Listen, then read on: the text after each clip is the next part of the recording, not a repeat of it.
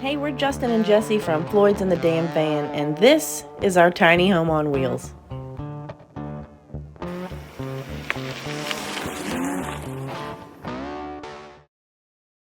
In 2021, we purchased this empty Freightliner Sprinter van, which is a 2019, and now we've turned it into this tiny home. We actually hired a builder that was on a TV show, and we didn't have the greatest experience.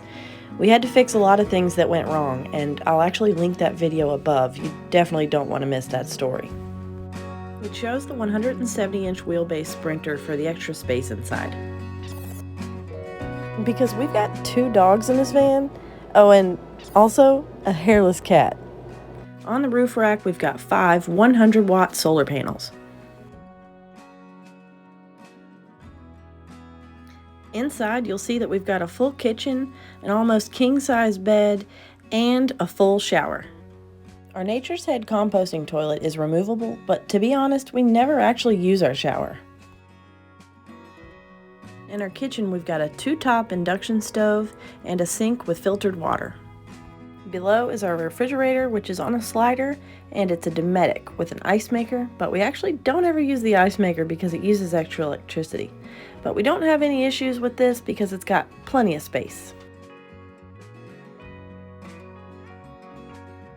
We store most of our food and dishes in the overhead storage compartment and some below the sink. One of our most used features in this van is our slide-out dinner table. We use this all the time.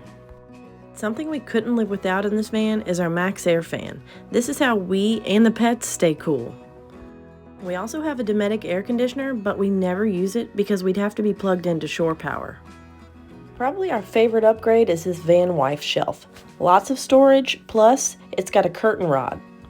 Under this bench seat is storage for our clothing, plus dog and cat food. And then we also have our overhead storage for things like towels, linens, and everything else.